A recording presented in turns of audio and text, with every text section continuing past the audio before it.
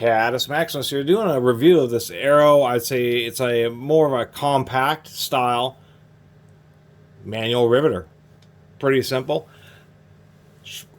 Looks like a cast aluminum lower body, stamped sheet metal upper body, which is just fine.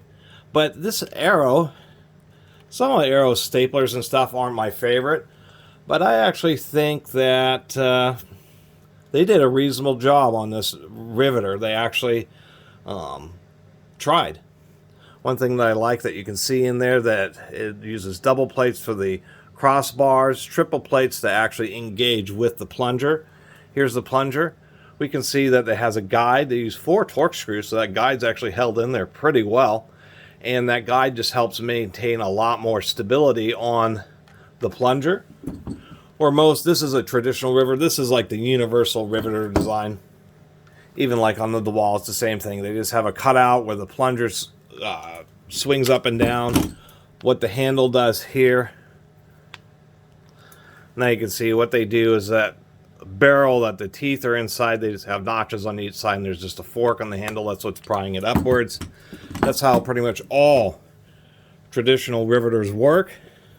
On this one, it's a bit different. When you're pressing down the handle, you have the crossbars, and then you have actually 4 plates. And what those are is those are just engaging a notch and the front side of this plunger here.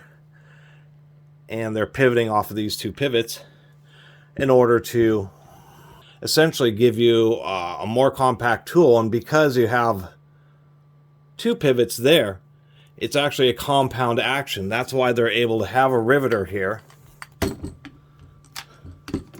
that's a good couple inches shorter than others and still is able to give you an equivalent amount of force. So I actually think that's pretty neat. I see some real interesting defects here, and I actually think that this center barrel portion here is forged, where it would just be machined steel here. Now, another thing you'll notice on these, on almost all riveters, is you can see that there's a notch cut out in there. That way is that the teeth aren't grabbing tight enough, or they're not releasing the shank of the rivet after you've popped it. This is to adjust the spring tension on the teeth. What ends up happening here, open this up, and this is still true on the arrow too, but all these, this DeWalt, whatever this one is, this Rivet King here, let me get my flashlight. The deal with the little bits is they have a little taper on top. So when you open it all the way up, there's a little taper on the teeth. So when you open it up, the teeth end up hitting that little taper, which is what opens them up and allows it to release the rivet. But it doesn't always grab quite correctly, so that's why they do have the adjustment. Most of these have like a little markings to the size in millimeters. This happens to be 3.2. And that's one thing I was noticing about the arrow. I mean, it's going to hold a lot straighter and operate more consistently having this upper guide, but I thought, well, but I couldn't find any adjustment. And one thing I will note is that they also have the size, but both fractional and metric, which I like. I like the fact that the little bits, I mean, almost all of them, as you can see, like on the DeWalt, are just these hex bits, where here they're actually knurled thumb bits with color coding, which I actually like quite a bit. It does make it a lot easier to deal with them. And I don't even need a flashlight here, maybe I do. But the arrow also does this action where it's a triple jaw. I've never seen one that has 3 jaw teeth. They always just have 2. And so that may just lead to more consistent operation and may not need the same type of adjustments that so many others do. Of course, it does have 4 sizes. They just put one on top because of the shorter handle. But I really like a lot of these design aspects about this. So anyway, we'll pop one rivet. The circuit board is one of the only things I could find had the perfect size hole. One thing to note on rivets, you can take and push this off and flip it around if you can get access to the other side. That can be handy in certain types of situations. Of course, rivets, they come in all sorts of lengths and diameters.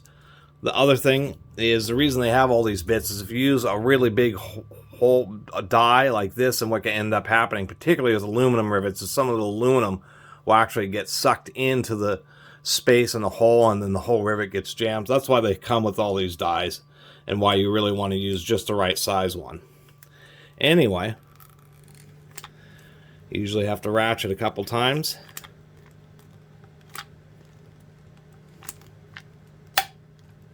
And this thing is super easy to use. As you saw, I had to give it quite a few pumps. I mean, it releases the pin just no problem. Because of the compound action, it means that for a lot of this kind of movement, I'm not getting a ton of movement out of the, I guess we'll say arbor on this, but it certainly makes it a lot easier. Just popping that rivet, I didn't even have an optimal grip. I was all choked up. It was an aluminum rivet, but it was still just super easy to just ratchet. You just continue to press, and the teeth just end up climbing down the shank of the rivet, like so, until it ends up popping it. But I think this is actually a worthy design. For a little bit more effort and maybe a bit more handle swing, you get the advantage of having something that's shorter and ultimately easier to use, being a compound hand riveter. And I actually think it's kind of cool that Arrow took it upon themselves to attempt to modernize the hand riveter, and I think they were pretty successful. The darn thing's easy to use, it runs smoothly, and I really like the dies. You'll want to make sure you put them in there tight because these things notoriously get lost. Fortunately, the thread is universal, so worst case scenario, you can use the traditional hex dies from some other riveters, so at least they followed the standard. But otherwise, having color-coded knurl, just easy to swap, putting both fractional and metric sizes on them, I think it's pretty good attention to detail, and I think it's a pretty decent little riveter. And it's fully rebuildable. We just have E-clips here. You can pop those out, pop the pins out, unscrew the top, and pull it fully, take it apart, and do any kind of servicing or cleaning that you may need to do, as well as still having a through hole. Now, I think the only issue that you could run into with this thing is how much they're relying on their unique 3-jaw design to work reliably and not have any kind of an adjustment in there. I'm going to pop this top cover off. There's still going to be a spring because that's what pushes against the jaws to keep them closed.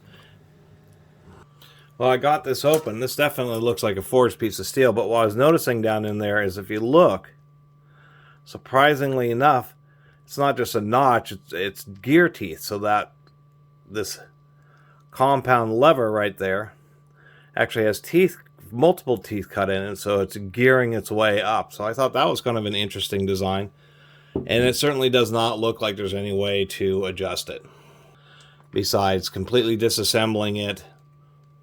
There's like a little threaded thing that kind of holds on to teeth to pull that out and put something behind the spring. So I assume that they just think that, you know, the way that they have it designed, that they can get away with having it not be adjustable.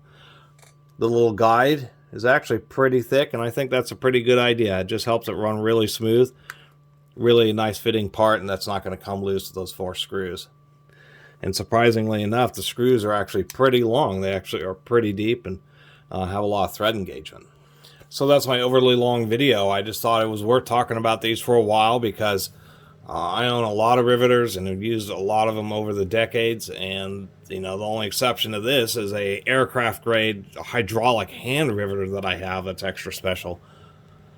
But besides that, I mean, riveters have pretty much had the same design for years and years, and then I run into this Arrow where they've actually found a way to modernize the hand riveter. Easy to replace bits, compound action with a forged plunger, making them smaller and easier to use, even if you do have to squeeze the handle a couple more times to get the rivet to pop. It's just super duper easy to use. And the fact that they've also modernized the teeth. I'll finish up with that, with the fact that it has a, well, we got a flashlight here, a 3-jaw chuck, not a chuck, but 3 engagement teeth instead of 2, so it's actually seems to be a lot, just generally more reliable, and we'll see how it holds up over time. But to tell you the truth, this is a pretty cool little riveter, and as far as I can tell right now, I would recommend it. Anyway, really appreciate everybody who's been watching and subscribing, and if you haven't subscribed, please do. Till next time, Catus Maximus out.